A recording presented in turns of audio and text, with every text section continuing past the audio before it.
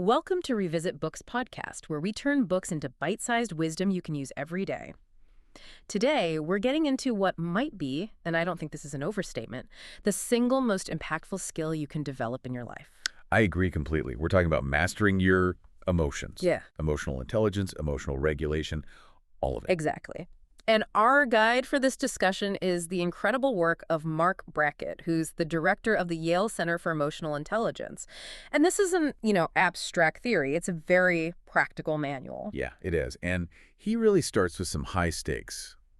He makes this claim that when you stop and think about it, it just resonates so deeply. What's the claim? That basically how happy you are, how fulfilled you are, how successful, all of it comes down to how well you do with your feelings.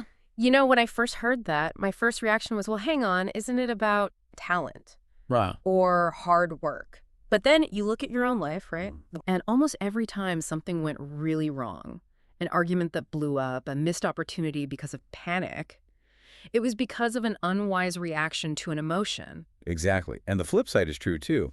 Every time you handled something well, showing compassion when you were frustrated or persisting when you were discouraged, that was a moment of intelligent emotional management. It reminds me of that incredible insight from Viktor Frankl, the Holocaust survivor. Yes, that forces beyond your control can take literally everything from you. Everything except one thing. Your freedom to choose how you respond. That's it. That little space between what happens to you and how you react, that choice is emotion regulation. And this gets us to what I think is the most liberating part of this whole framework. Emotion regulation is not a fixed trait. It's not. It's not like your eye color or, being naturally good at math. It's a skill, a practical skill you have to learn and practice, just like cooking or driving a car. Which is such a hopeful idea, isn't it? For so long, we've treated emotional struggles as some kind of character flaw, like you're weak. Right. But this reframes it completely. If you struggle, it's not because you're broken. It's probably because no one ever actually taught you the mechanics of it. So with that in mind, let's talk about who this is really for. Who stands to gain the most from really focusing on this? Well, I think we can break it down into three major groups. The first is what we could call the overwhelmed professional or parent. I think a lot of people just raise their hands. I think so. If stress is your constant companion, if your baseline state is just feeling on edge, or you have those moments where you just fly off the handle, or you have a meltdown over something small. right, those automatic, unhelpful reactions. This work gives you the architecture for change. It shows you how to move from that automatic reaction to a deliberate, mindful response. It's about interrupting that chain reaction, that trigger response loop we all get stuck in. Precisely. The second group is what you might call the unlocking potential seeker. Okay, what does that mean? These are people who are often really talented, really smart, but they feel stuck. They feel frustrated. They know they have the skills, but they can't seem to make things happen consistently. And the argument is that emotional management is the key. It's a huge piece of the puzzle. The book argues that, modest abilities combined with wise emotional management will often get you further in life than extraordinary talent that's poorly managed. That's a powerful idea, that your inability to regulate is like driving with the handbrake on. A huge handbrake, yes. And that's not to dismiss, real systemic barriers that cause frustration. Regulation doesn't ignore those. How so? Well, it gives you the clear-headedness to actually deal with them effectively. If you're always operating from a place of chronic stress, you can't think critically about complex problems. You just burn out. Okay, that makes sense. And the third group? The third group is really all of us, the modern citizen. Living in today's world. Absolutely. We're in what a lot of people are calling a global mental health crisis. Anxiety, depression, stress are skyrocketing, especially in young people. And this is all happening in a world that's often described by this acronym VUCA. VUCA. Right. Volatile, uncertain, complex, and ambiguous. Exactly. So let's break that down. Volatile means things change fast, suddenly. Without regulation, that just triggers panic.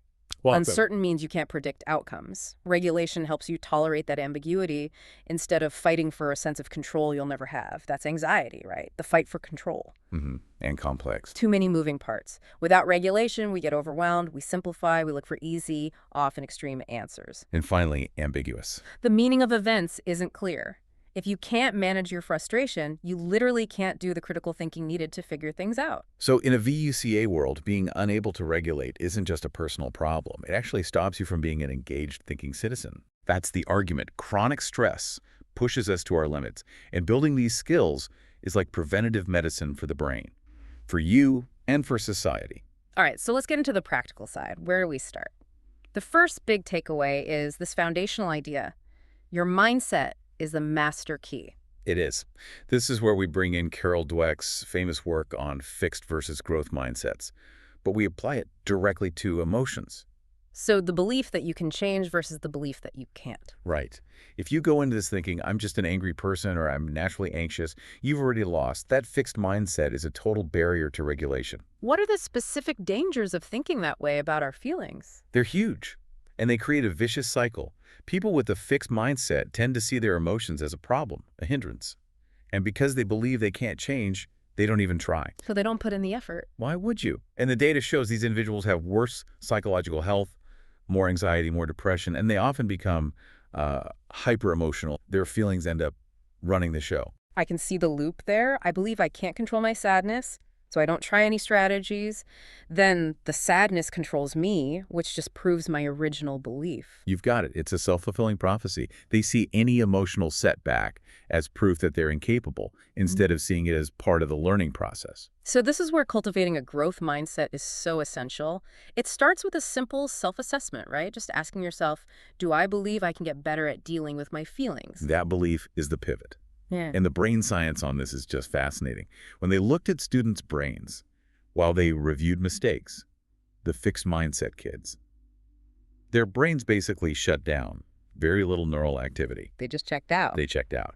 But the growth mindset kids, their brains lit up. The parts involved in error detection and processing were working hard, analyzing the mistake, learning from it. Their brains were engaged. Which means if you want to get better, you have to lean into your mistakes, not run from them. This has huge implications for parents and leaders, too. The advice is to shift from performance praise to process praise. This is so critical. Performance praise is you're so smart, or you're a natural at this. It sounds nice, but it teaches that ability is fixed. So people start avoiding challenges where they might fail and look bad. Whereas process praise focuses on the effort. On the effort, the strategy, the persistence. So instead of you're so good at staying calm, you'd say something like, I saw you take 3 deep breaths before you answered that email. That was a great strategy. You're praising the action, not the inherent quality. Exactly. You're reinforcing that emotional skill is something you build through hard work. And we can't forget the simplest tool from Dweck's work, the power of yet. Yet. Such a small word, but it's a game changer. Yeah, so. It reframes everything. If you say, I haven't figured out how to handle my boss's criticism, it sounds like a final judgment. But if you add yet, I haven't figured it out yet. it becomes a temporary state. It implies that success is still possible. It injects hope into a statement of defeat. Okay, so with that growth mindset in place, we can move on to the actual mechanics. The second key takeaway is a big one. You must name it to tame it. The critical role of labeling. And I know what you're thinking. I label my emotions all the time. I say I'm angry. Right, we all do that. So why is this so important? Because we're usually not very good at it.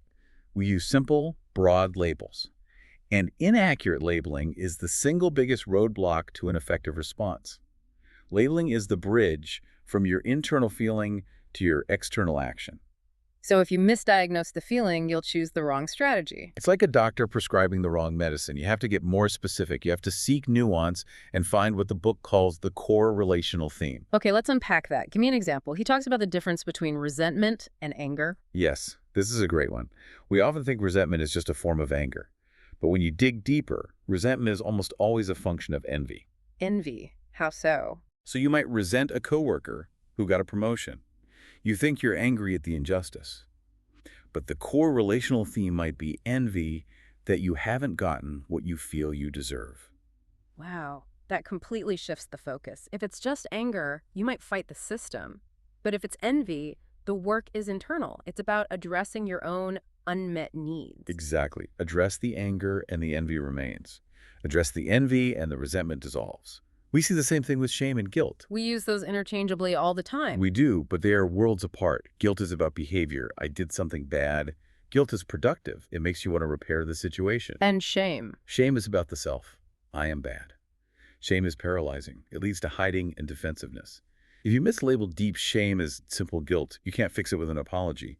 You have to address the feeling of worthlessness. So we have to become detectives of our own emotions, looking for these core themes. Anger signals injustice, frustration signals an obstacle, sadness, a loss. Those are the signposts. Yeah. And when you identify the theme, the right strategy becomes much clearer. What's really amazing to me, though, is the immediate physical benefit of just saying the word, just affect labeling. It's incredible, isn't it? The simple act of saying, I feel frustrated, has a direct physiological effect. It calms you down. There was that UCLA study with people who were afraid of spiders. The arachnophobia study, yes.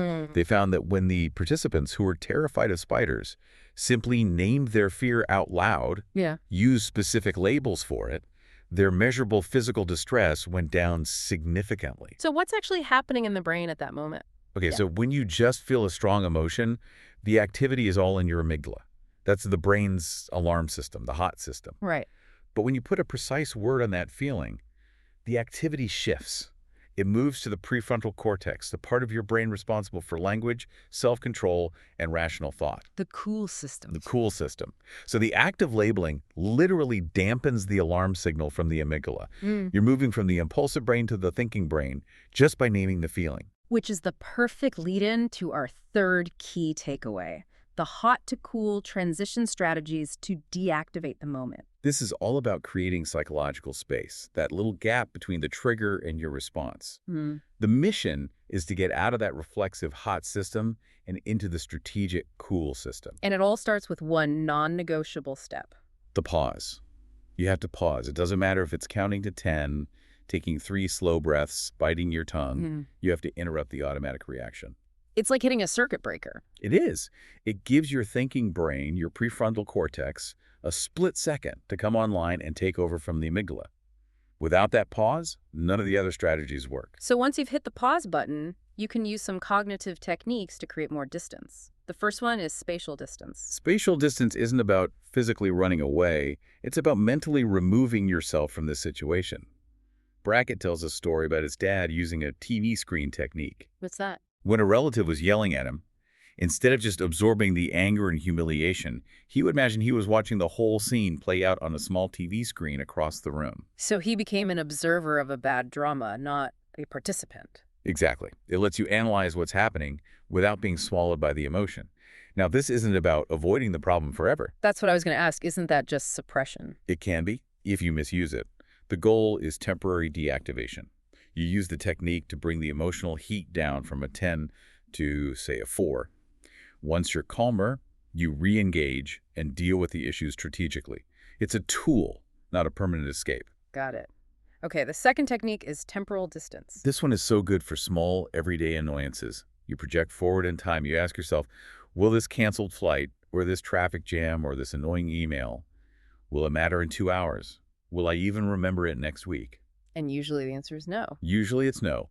And that realization stops you from launching a huge emotional reaction to a very small problem. It helps you right-size your response. And the third cognitive strategy is distanced self-talk. This sounds almost too simple, but the research on it is powerful. It's about changing one word. Instead of saying I, you talk to yourself using you, or even your own name. So instead of I'm so stressed, it's okay, Mark, take a breath, you can handle this. Exactly. When you do that, you create instant psychological distance. Think about it. We are almost always kinder and give better advice to a friend than we do to ourselves. That's true. So by using you, you're essentially stepping into the role of a supportive coach or friend. It externalizes the crisis and lets the rational part of your brain give the best advice. So spatial distance, temporal distance, and distanced self-talk, 3 powerful ways to bridge that hot to cool gap. Yes. And that brings us to our fourth takeaway, which is a bit different. It's not about in-the-moment tricks. It's about the foundation. It's about optimizing your emotion regulation budget. I love that analogy. A budget, like with money. It's a great metaphor. Our physical health determines our emotional resources. If we neglect our bodies, poor sleep, bad food, no movement, our brains just don't have the income, the energy to manage intense feelings. We're constantly overdrawn. So emotional management starts way before the stressful moment. It starts with how we take care of ourselves. Let's start with activity and breathing. We all know exercise is good for us, but it's a critical emotion regulator. Even just a 10-minute walk can change your brain chemistry, increase blood flow, and stabilize your mood. It's both preventative and an immediate intervention. And breathing is the fastest way to directly influence your nervous system. It's the master key. The book highlights box breathing, which was made famous by the Navy SEALs.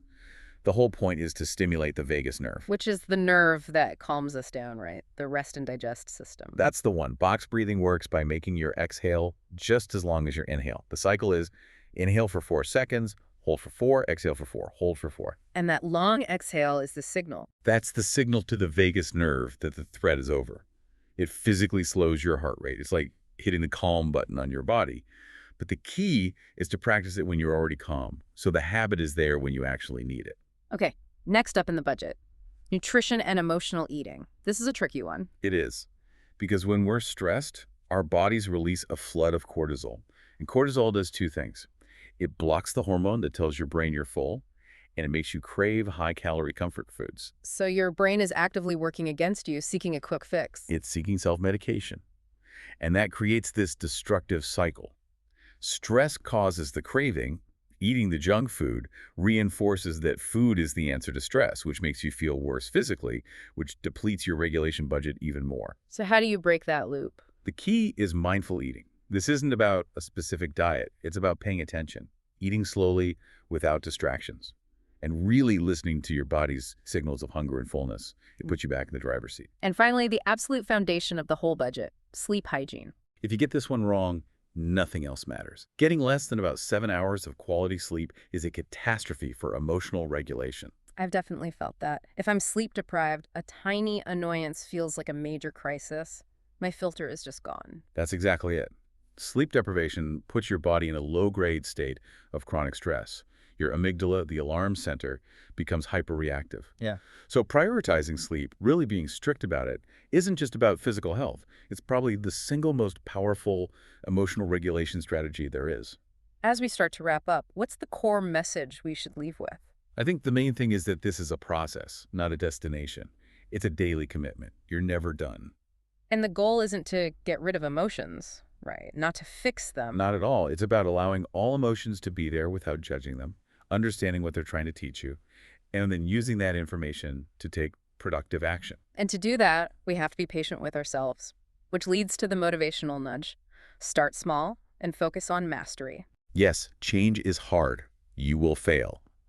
And that's where the idea of co-regulation is so important, leaning on others. The book talks about being your own Uncle Marvin. Right, the ideal co-regulator, someone who is non-judgmental, who really listens, who offers compassion, and models healthy ways of coping. We can be that person for ourselves and for others. So focus on the small wins, not on perfection. Absolutely. If you catch your negative self-talk and redirect it 3 times in one day, that's a huge victory.